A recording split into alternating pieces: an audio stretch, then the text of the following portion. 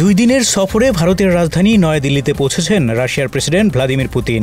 বৃহস্পতিবার স্থানীয় সময় সন্ধ্যা 6:35 দিল্লিতে পৌঁছান তিনি। ইউক্রেন যুদ্ধ শুরুর পর পুতিনের প্রথম ভারত সফর এটি। দিল্লির ইন্দিরা গান্ধী আন্তর্জাতিক বিমানবন্দরে লাল গালিচা সংবর্ধনা দেওয়া হয় তাকে। সন্ধ্যায় দিল্লির পালামে ইন্দিরা গান্ধী আন্তর্জাতিক বিমানবন্দরে রুশ প্রেসিডেন্ট ভ্লাদিমির পুতিনকে স্বাগত জানান প্রধানমন্ত্রী নরেন্দ্র মোদী। বিমান থেকে নামার সঙ্গে সঙ্গে রুশ প্রেসিডেন্টকে আবেগ আপ্লুত হয়ে জড়িয়ে ধরেন ভারতের প্রধানমন্ত্রী।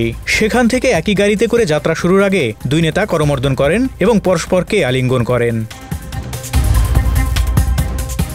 গত বছরের জুলাইয়ে মস্কো সফরে নরেন্দ্র মোদীর জন্য ব্যক্তিগত নৈশভোজের আয়োজন করেছিলেন ভ্লাদিমির পুতিন। সেই আয়োজনের প্রতিক্রিয়ায় মোদী পুতিনের জন্য দিল্লিতে ব্যক্তিগত নৈশভোজের আয়োজন করেছেন বলে জানা গেছে। সংবাদ মাধ্যমের বরাতে জানা গেছে শুক্রবার সকালের দিকে দুই নেতার বৈঠক অনুষ্ঠিত হবে।